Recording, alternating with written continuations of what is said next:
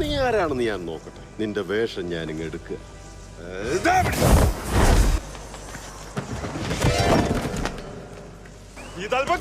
കൈയായി നമ്മളിപ്പോ പോയി സഹായിക്കണോ അതോ സമയാവട്ടെ.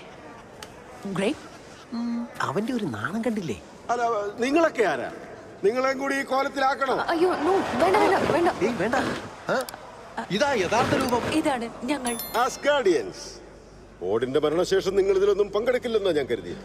നീയാണ് നീ ഞങ്ങളെ പറ്റി എന്താ കരുതിയേ? സംരക്ഷകരാണെന്നോ?